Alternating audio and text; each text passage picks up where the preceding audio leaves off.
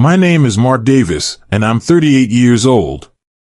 I've spent my entire life as the black sheep of a family steeped in power and privilege.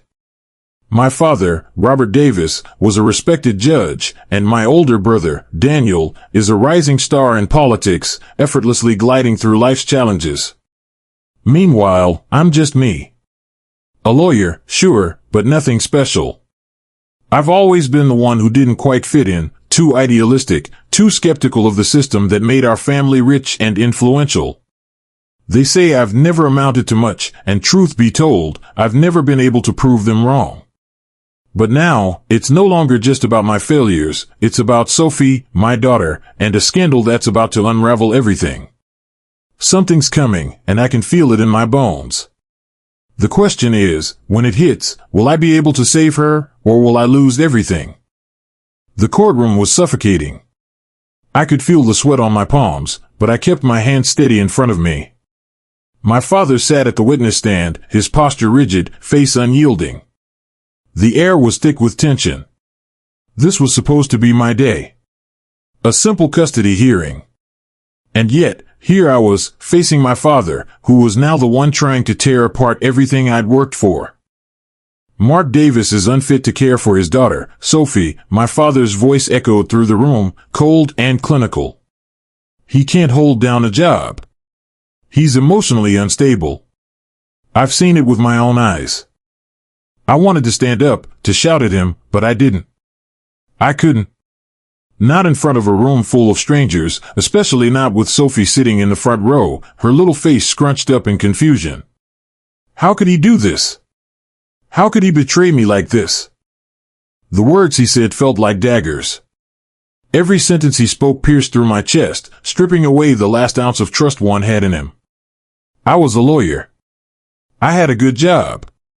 I was the one who kept it together while everyone else in my family pretended everything was fine. So why now? Why was he doing this? I have never seen him maintain steady employment. He's been in and out of therapy, my father continued, his voice unwavering. Sophie deserves better. She needs stability, and Mark cannot provide that. I could feel the eyes of everyone in the courtroom on me, judging me. My ex-wife, Rachel, sat at the front, her lawyer nodding along with my father's every word. They'd been planning this. I didn't need to be a lawyer to see it. They were trying to take Sophie from me, and they were using my own father to do it. My mind raced, but my body remained still. I refused to give them the satisfaction of seeing me break down. But deep down, I was already shattered. I thought of Sophie, how she was the only reason I had held on to everything. I had always tried to do right by her, to be the father she deserved. But now, it felt like the world was conspiring against me. The judge, Emily Pierce, sat behind her bench, her face unreadable. I'd known her for years, but I couldn't tell if she was buying into this. She'd always been fair, but this was different. This was personal. Mr. Davis, Judge Pierce said, her voice cutting through the silence. How do you respond to these allegations? I took a deep breath, feeling the weight of the room pressing in on me. Your Honor, I began, my voice calm, steady, though I was anything but. I'd like to call a witness. A murmur rippled through the courtroom. Witness? They hadn't been notified of any witnesses. I knew what I was doing was risky, but I had to take this chance. I had to expose the truth. I'd like to call Julia Harper, my best friend, I said, trying to keep my voice from shaking. Rachel's lawyer stood up immediately. Objection, Your Honor. This witness was not disclosed. Judge Pierce hesitated, glancing down at her notes. She looked back at me. Mr. Davis, we're in the middle of a court session. If you wish to call this witness, we need to proceed quickly. I nodded. I could feel the sweat on my brow, but I didn't let it show. I stood up, my heart pounding in my chest. I opened the courtroom doors and watched as Julia stepped into the room. She was wearing a black suit, her expression carefully neutral, but I could see the tension in her jaw. She wasn't happy to be here. She had no choice, though. None of us did. When she took the stand, I could barely meet her eyes. She had been my friend for years, but now, standing here, she seemed like a stranger. The weight of what I was about to ask her to do hung heavy in the air. "Ms. Harper," Judge Pierce began, "please state your relationship to the defendant." Julia's eyes flicked toward me, and she hesitated before speaking. "I've known Mark for over a decade. We've worked together, and I've been a personal friend of his for many years." I could feel the tension building, but I couldn't stop now. "And, Ms. Harper, do you know about my employment history? Do you know about the work I do for the firm?" Julia paused, her gaze flickering toward my father, then back at me. "Yes. I know that Mark is a lawyer. He's been with the firm for years, and he's handled some of the most complex cases in the state. I also know that he's worked long hours, sometimes at the expense of his personal life." I could see Rachel's lawyer shifting uncomfortably in his seat. He didn't expect this. Neither did I, but I had no choice. This was my only shot. Julia turned her gaze back to me. "He's also been a dedicated father. I've never once seen him neglect Sophie. He might not have the perfect job, but he's always there for her. Always." The words felt like a bomb on a wound I hadn't realized was bleeding. Julia was finally speaking the truth. But just as I thought the tide was turning in my favor, I saw my father's expression shift. The calm, collected man I had known for years suddenly looked uncertain. My heart raced. "Your Honor," I said, turning back to Judge Pierce, "I'd like to submit an important document for the record. It's a transcript from a confidential meeting with my former colleagues at the firm. It shows I've been handling complex litigation for the last 5 years." As I handed the document to the clerk, I felt a sense of calm wash over me. For the first time in what felt like forever, I was in control. But then, I saw something in my father's eyes. Something that made my stomach drop. He wasn't just upset. He was scared.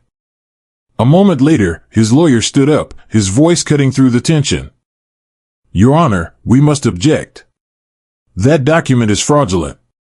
There's no way Mr. Davis could have worked those cases." I froze.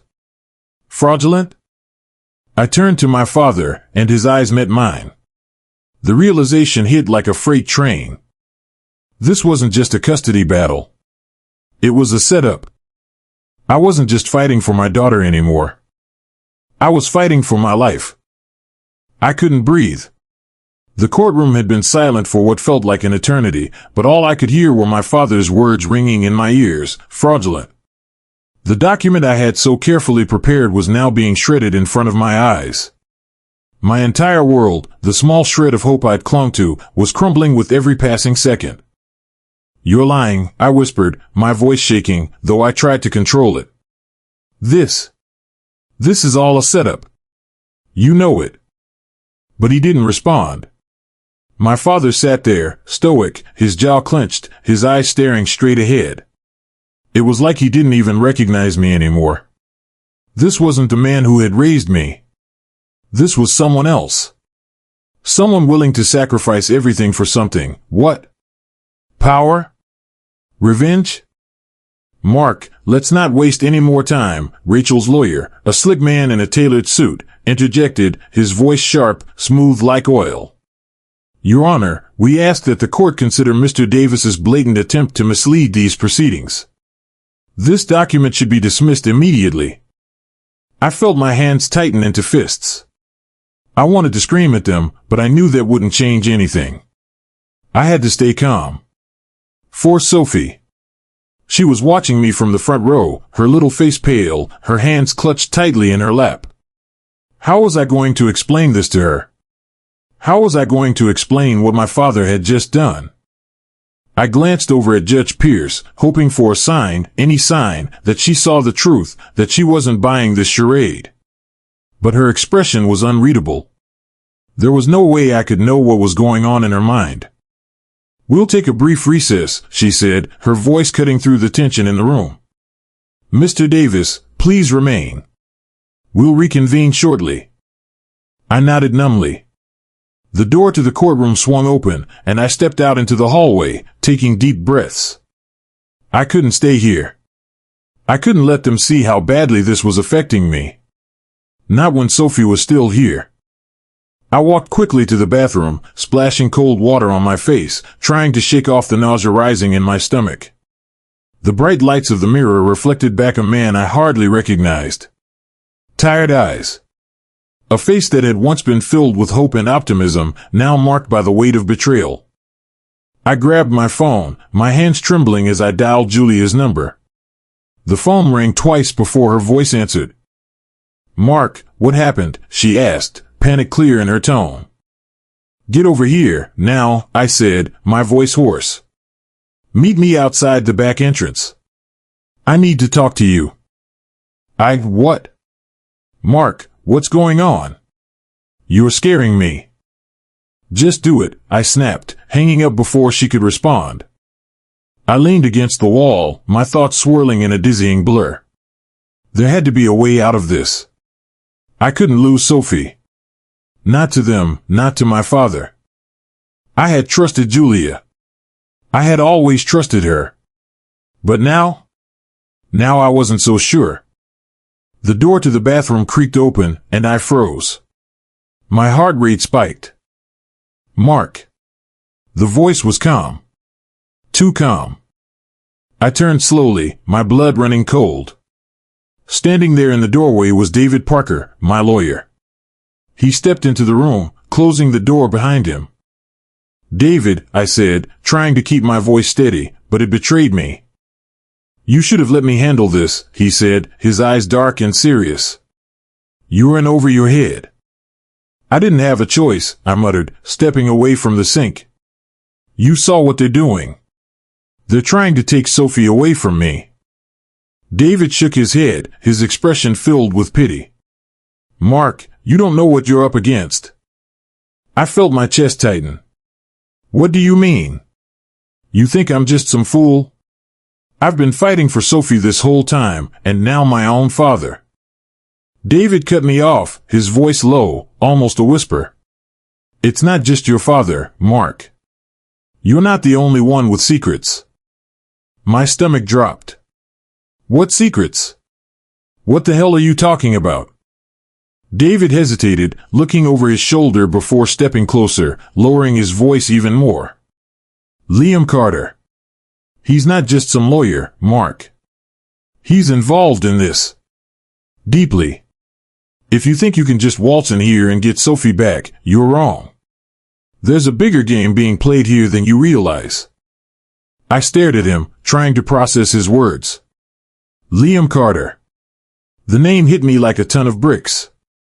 He was the last person I'd ever expect to be involved in this. He had a reputation for being ruthless, but I had no idea he had connections to my family, or Rachel's. "You're telling me Liam Carter has been manipulating this entire thing?" I asked, my voice barely above a whisper. David nodded. "He's been pulling strings behind the scenes. Your father, Rachel, everyone's been bought. They'll do anything to make sure you lose." I shook my head in disbelief. No. No, this can't be happening." David took a deep breath, his eyes narrowing. "Mark, listen to me. You need to get out of here. Now. Before they move on you next." Before I could respond, the door opened, and Julia stepped in. Her eyes locked on mine, her face a mixture of guilt and fear. She didn't say a word, but I could see it in her eyes. She knew something, and I needed to hear it. "You brought him into this, didn't you?" I demanded, my voice rising. Julia flinched. "Mark, I didn't know what to do. They've been threatening me, my family." I turned away, frustration boiling over. "How could you? I trusted you. You're one of the few people I thought I could rely on. But you've been working with them this whole time. Mark, please listen to me." "I didn't have a choice," she pleaded, her voice cracking. I stepped back, feeling the walls closing in. I had no idea who I could trust anymore. What if everything I believed was a lie? The thought hit me like a punch to the gut. I had to find out the truth. But I couldn't do it alone. "You're either with me, or you're against me," I said, looking both of them in the eye. David and Julia exchanged a glance. "We don't have much time," David said, his voice suddenly firm. "The next move is theirs, not yours." I clenched my jaw. I had to make my next move count. I barely slept the night after the hearing. Every time I closed my eyes, my father's face would appear, stone-cold, distant, like a man I didn't recognize. It was the first time I saw the truth in his eyes. He wasn't just betraying me, he was protecting something. Or someone. The thought made my stomach churn. I paced around my apartment, trying to focus, but the constant hum of the city outside kept pulling me back into the chaos. I had never felt so cornered in my life. Not since Sophie was born. Not since I made the choice to separate from Rachel. I glanced at the clock, 10:45 a.m. Julia was supposed to meet me here by noon. I had no idea if I could trust her anymore, but she was the only link I had left. The phone buzzed on the counter.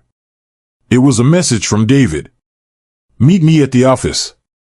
There's something you need to see." I hesitated. My instincts screamed at me to ignore it, but I knew I couldn't. The walls were closing in too fast. When I arrived at David's office, the sterile, glass building felt like a cage. I entered the lobby and nodded at the receptionist, who gave me a brief smile before pointing me to the elevators. The quiet hum of the lift almost felt like a warning. I rubbed my palms together, trying to steady my nerves, but it wasn't working.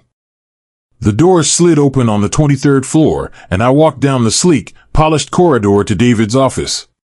It was dark inside, the only light coming from the desk lamp and the large windows that overlooked the city.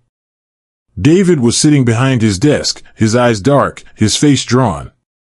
"Mark," he said, gesturing for me to sit. "We need to talk." I sat down, leaning forward. "What's this about?" David took a deep breath, then slid a thick envelope across the desk. I opened it without hesitation, my heart pounding. Inside were pages of bank transfer records, some from a shell company, others from accounts linked to Rachel's family, and then, one unmistakable name, Liam Carter. I felt the air leave my lungs. This is, I could hardly speak. The pieces were falling into place, but the truth was too horrible to believe. David nodded, his face grim. "I've been digging into Carter for months. He's been laundering money through your father's connections. But what's worse is this. Your father's been involved in a lot more than just financial deals. He's been working with Carter. For years. I think he's been compromised." I felt a wave of nausea. "So, my father. He's been helping them? All along?" The thought was incomprehensible. David didn't answer right away.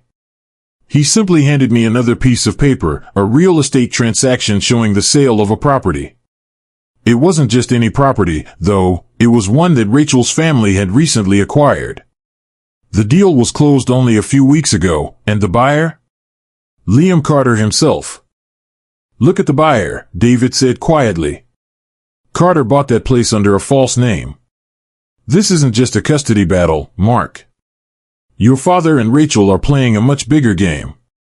And you're in the middle of it." I felt the weight of it all crashing down. "So it's not just about Sophie?" "No. They're using you to cover their tracks. They're targeting your assets, your reputation. They want you out of the picture. And they're willing to destroy you to do it." The silence between us felt suffocating. I could hear my pulse pounding in my ears. I had always been so focused on the idea of keeping Sophie safe, of keeping my life in control, but now? Everything felt like a lie. My own family. The people I trusted. They weren't just trying to take my daughter, they were trying to ruin me. I grabbed the stack of papers and stuffed them back into the envelope. "I need to talk to Julia. She knows something." But I was interrupted by a sharp knock at the door. Before I could react, the door opened, and Julia stepped inside. Her face was pale, her eyes wide with fear. "Mark, we need to talk," she said, her voice trembling. I stood up quickly, the urgency of the situation setting in. "What's going on, Julia?"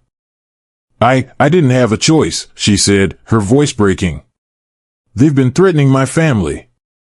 I thought I could protect you, but what have you done?" I snapped, the anger rising inside me. I couldn't help it. My trust in her had shattered. Julia's face crumpled. "I'm so sorry, Mark. They're not just after you.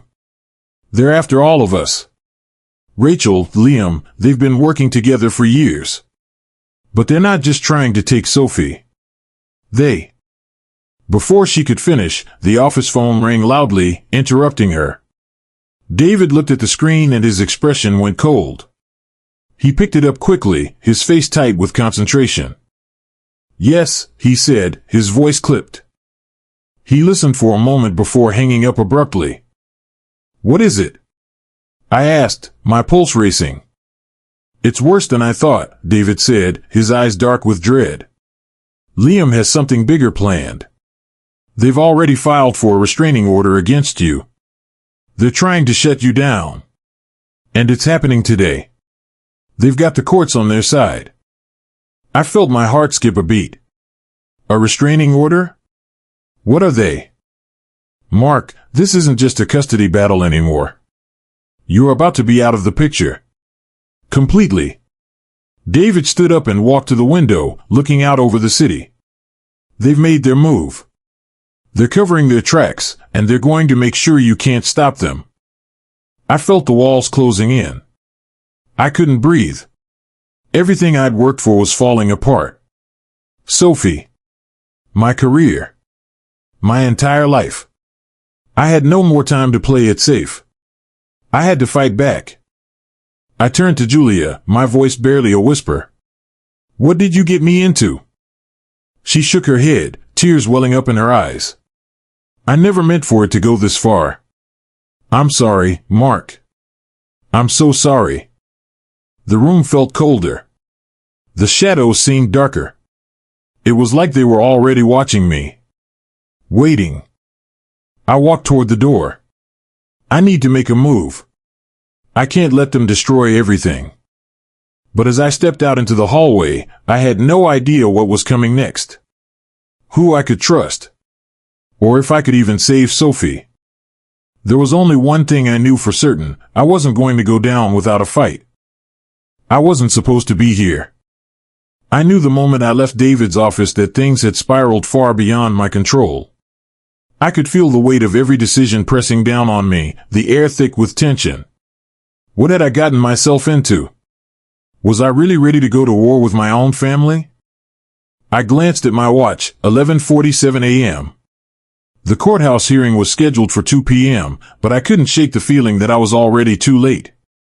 Every moment I wasted gave Rachel and Liam more time to tighten their grip.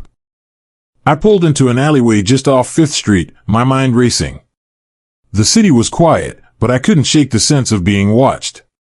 My eyes darted to the side mirrors, scanning the street. I wasn't paranoid, at least, not yet. But I was being followed. I could feel it. "Trust no one," someone once told me. The words echoed in my mind as I cut the engine, stepping out of the car.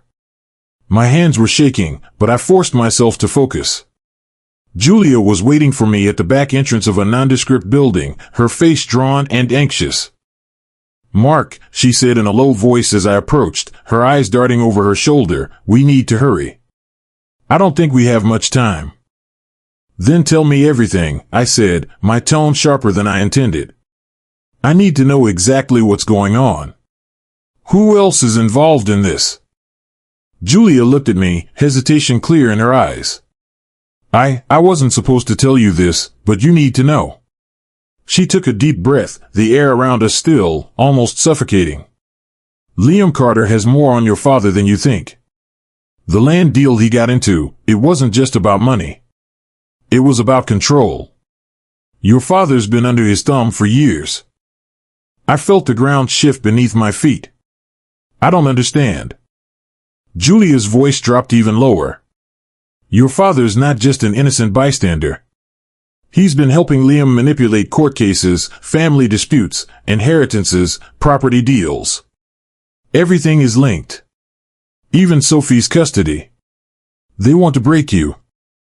I swallowed hard, the reality of her words sinking in. My father. The man I had looked up to, the man who had always seemed untouchable, was as deep into this as anyone. But why? What had driven him to this point? And what did they want from me? My thoughts were interrupted as I caught a glimpse of movement in the corner of my eye. Someone was approaching. I turned quickly, my pulse spiking. But it wasn't a stranger, it was David. His face was tight with urgency. Mark, we've got a problem, he said, his voice low but steady. There's a restraining order filed against you. They're moving fast.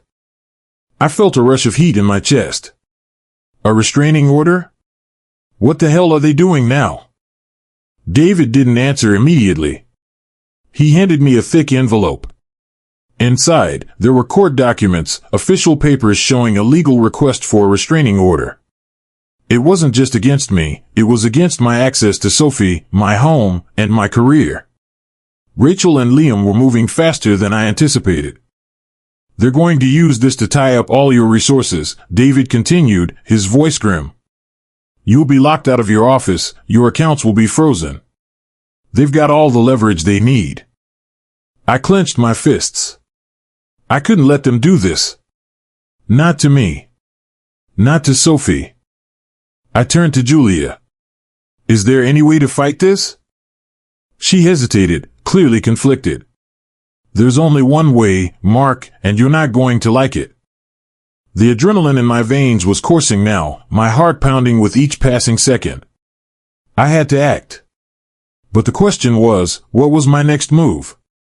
The documents in my hand felt like chains, binders, pieces of a life being ripped away from me. I didn't have much time. Julia, I said, my voice shaking but resolute, tell me what I need to do. Now. Her face was tight with worry, but she nodded. We need to meet with Liam Carter. He's the one pulling the strings. He's the only one who can stop this, but you need to make him think you're on his side. You have to play his game, Mark. If you don't, they'll destroy everything. Are you crazy? I snapped. You want me to make a deal with the devil? Listen to me, she said, grabbing my arm. He's not going to stop. Neither will Rachel. If you want Sophie back, you have to get close to him, figure out where the power lies. It's the only way. I pulled away from her, pacing in the alley. My mind was spinning. The last thing I wanted was to walk into Carter's lair, but what other choice did I have? A cold voice inside my head reminded me, you have nothing left to lose. I took a deep breath. There was no going back now. As I turned to head back to the car, I glanced over my shoulder. The feeling of being watched was almost unbearable now, the hair on the back of my neck standing on end. I'd been a target for so long, but now I could feel the pressure closing in. Mark, David called after me, his voice tight. I've been looking into Liam's past. He has more connections than we thought. He's got people everywhere. Trust no one. I turned, my eyes narrowing. I already know that. I climbed into the car and started the engine, my mind racing. I had to move quickly. As I pulled out of the alley and onto the main road, I couldn't shake the feeling that I was being followed. My pulse quickened, and I glanced in the rearview mirror. A black SUV was just a few cars behind me, too close for comfort. I took a sharp turn, down a street I knew would be harder to follow. I needed to lose them. I couldn't afford to be tailed, not now, not when everything was on the line. My heart pounded in my chest as I floored the gas pedal. The SUV stayed behind me. Whoever it was, they were relentless. And whoever they were working for, they were watching me. The streetlights blurred as I sped through the city, my grip tight on the wheel. To them, I'm just another player in a game they've been controlling from the start. But not anymore, I thought. I'll play their game. I'll make them regret underestimating me. But the deeper I went, the more I realized I wasn't just fighting for Sophie anymore. I was fighting for my life. And I was willing to burn everything to the ground to win. I was used to feeling alone in the battle. But standing there, in the middle of the storm that had become my life, the truth finally hit me. I wasn't just fighting for Sophie. I was fighting for my own survival. The people I trusted the most, my family, my friends, had all turned against me. They'd sold me out for power, money, and whatever secrets they were hiding. The city buzzed around me as I drove aimlessly through the streets, my mind reeling. I couldn't focus. My eyes kept flicking to the rearview mirror, expecting to see that black SUV tailing me. It never showed. But the feeling that I was being watched? That never went away. Julia had told me to trust no one. And that's exactly what I planned to do. I slammed my fist against the steering wheel, the frustration boiling over. How had everything gotten so out of control? How had I let myself be dragged into a game where the rules kept changing, where I was always one step behind? I didn't have an answer, and that scared me more than anything. I pulled into a small parking garage near the courthouse, the concrete echoing under my tires. My phone buzzed in the passenger seat. Another message from David. We need to move fast. I've just been contacted. Things are getting ugly. My heart skipped. I typed a quick reply. What's happening? No answer. I grabbed the envelope of documents from the passenger seat, clutching them tightly in my hand. These documents, bank transfers, property deals, a list of names I didn't even recognize, were my last hope. They were the proof I needed to stop this madness. But even now, I wasn't sure who I could trust with them. I walked quickly toward the courthouse entrance, keeping my head down, the weight of the documents like a leaden anchor in my hand. The last thing I needed was to be seen by anyone in my family or Rachel's camp. Inside the courthouse, the halls were sterile, quiet. The air felt thick, as if the building itself was holding its breath, waiting for something to break. I could hear the sound of my footsteps echoing against the stone floors. Each step took me closer to a battle I wasn't sure I could win. I reached the elevator, pressing the button to the top floor, where the judges' chambers were. As the doors slid shut, I leaned back against the wall, trying to calm my racing heart. My mind kept replaying the events of the past few days, the hearing, the confrontation with my father, Julia's desperate warnings.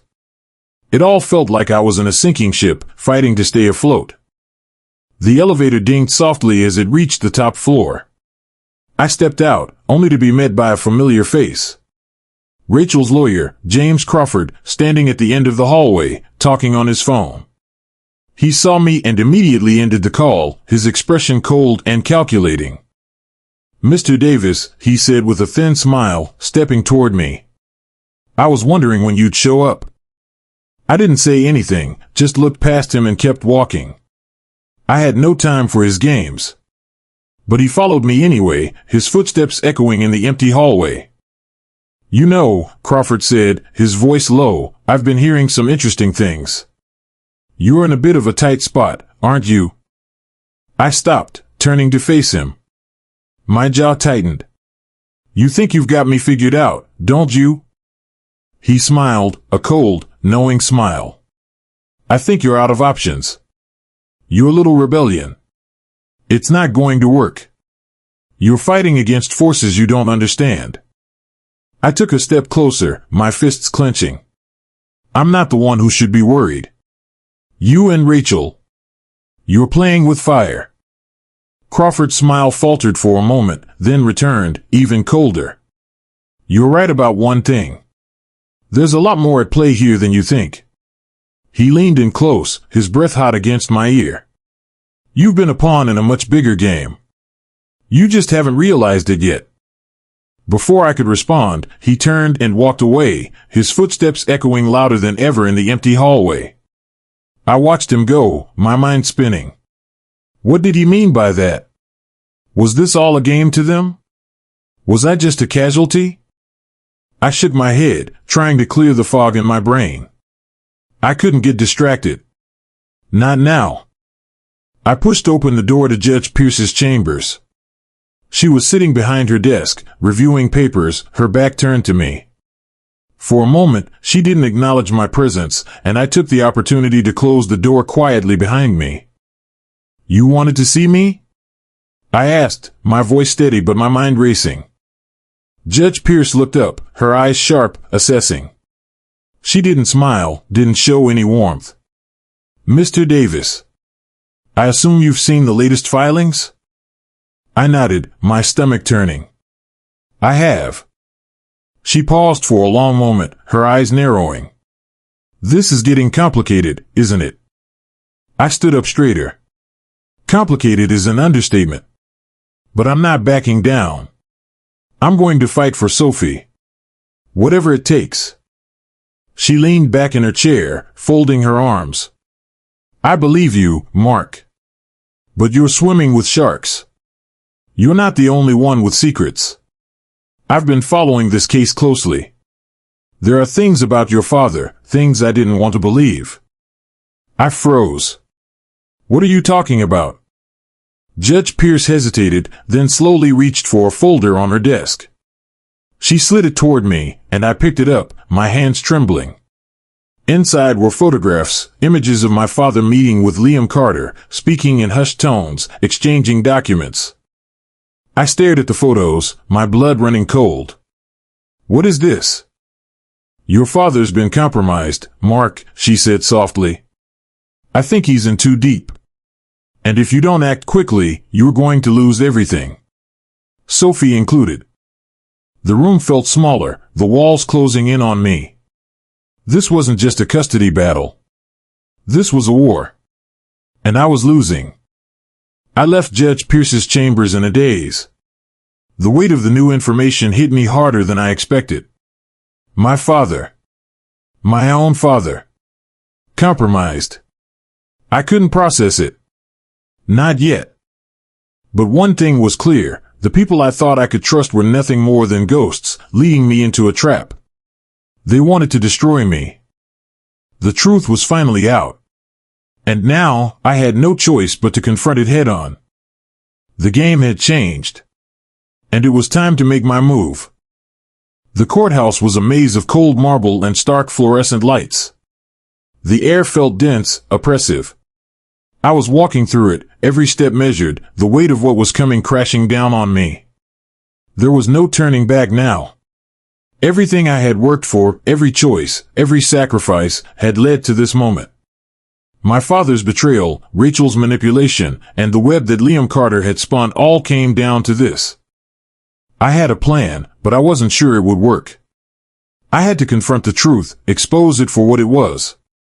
The courtroom would be the stage, the last battleground where everything would be decided. Sophie's future. My own survival. The doors to the courtroom swung open, and I entered, my heart racing. The same familiar faces stared back at me, but today, they didn't hold the power. I did. Judge Pierce was already seated, her gaze sharp as always. She had been the one to keep me in check these past few weeks, but today, she had no idea what was about to hit her. I took a deep breath and moved toward the defendant's table, my mind steely, focused. Rachel's lawyer, Crawford, gave me a glance, his eyes flashing with arrogance, as though he was already certain of his victory. But I wasn't going to let him win this time. The hearing began, and the tension in the room was palpable. As usual, Rachel was sitting there, her eyes filled with that cold determination I knew all too well. But today, she wasn't in control. Today, I was. David had been right. I was fighting against a machine that had been built over years, Liam Carter's connections, my father's secrets, and Rachel's ruthless ambition. But the more I thought about it, the clearer it became, I had been fighting a phantom. The real battle wasn't just for Sophie. It was for the truth. It was for justice. I caught a glimpse of Sophie sitting in the front row, her eyes wide, confused, caught in the chaos that had become our lives. I saw her hold onto her stuffed bear tightly, like it was the only thing left to ground her in this whirlwind. Mr. Davis, Judge Pierce's voice rang out, sharp and commanding. How do you respond to these allegations about your financial stability and your fitness as a parent? I stood up slowly, trying to calm my racing heart. I could feel all eyes on me, the weight of their judgment like 1,000 heavy hands. But I couldn't let that stop me. This wasn't about me. It was about Sophie. I've always tried to be the best father I can be, I began, my voice steady. I've spent my life working for the people of this city. As a lawyer, as a father, I've given everything to ensure a future for my daughter. But there's something I need to say. I paused, the room hanging on my every word. I'm not the man you've been told I am. I'm not the failure you think I am. And I'm certainly not the criminal you're trying to paint me as. I glanced at Rachel's side of the courtroom, where Liam's lawyer was sitting smugly. Everything about him screamed confidence. But there was something off about the way he looked at me. A little too satisfied. A little too sure. I took a step forward. This entire case is built on lies. A murmur ran through the courtroom. The tension increased, the weight of my words sinking in. The documents you've seen, I continued, the ones Rachel's lawyer has presented, are false. They've been altered to paint me as a man who can't be trusted with his own daughter. But the truth is, I've been fighting a much larger battle than I ever realized. I glanced at Judge Pierce, watching her carefully. I have evidence. Evidence that proves that Rachel and Liam Carter have been working together to manipulate this court. To steal from me. To take everything from me, including my daughter. The room was silent. I could feel the air thickening, the anticipation building. I reached into my briefcase and pulled out a set of documents, an array of financial records, contracts, and photographs. The truth I had been gathering for days now rested in my hands. I've spent the last few days uncovering the real story, I said, my voice low, almost a whisper. The story that no one wanted you to see. I laid the documents on the table, the papers barely making a sound as they slid across the wood. Then I turned to the judge, my gaze unwavering. Liam Carter has been using his influence to alter the course of this trial. He's been in league with Rachel and my own father to secure Sophie's custody. They've been laundering money. They've been manipulating court records. And they've been using me as a pawn in a game that I didn't even know I was playing. The courtroom exploded into chaos. People began shouting, lawyers scrambling to make sense of what had just been revealed. But I didn't flinch. I stood my ground, watching as the truth finally started to unfold in front of me. Rachel stood up abruptly, her face pale, her voice trembling with anger. You're lying, she spat. This is absurd. You're trying to sabotage me. But it wasn't just her words that made my heart race, it was the look on her face. The fear. The realization that everything she had built was crumbling. In that moment, I knew I had her. I turned to Judge Pierce, my voice unwavering. I'm asking for full custody of my daughter. And I'm requesting that all future hearings be held without any interference from Rachel, Liam, or anyone else involved in this scheme. It's time for the truth to come out. The silence in the courtroom was deafening. Judge Pierce sat back in her chair, her expression unreadable. The weight of the moment hung heavily in the air. After what seemed like an eternity, she spoke. Mr. Davis, she said, her voice measured, you've presented compelling evidence. I will take this into consideration. But I knew the battle wasn't over. Not yet. This was just the beginning. I walked out of the courtroom, Sophie by my side, her small hand clutching mine. As I stepped into the sunlight, I realized that the world wasn't going to change overnight. The fight for justice was never easy, but today, I had won a small victory. And I knew one thing for sure, the truth would always find a way to rise to the surface. It wasn't always pretty. It wasn't always clean. But it was always worth fighting for. Because in the end, justice wasn't just something you served. Sometimes, it was something you had to claim for yourself. And for the first time in a long time, I felt like I was finally free.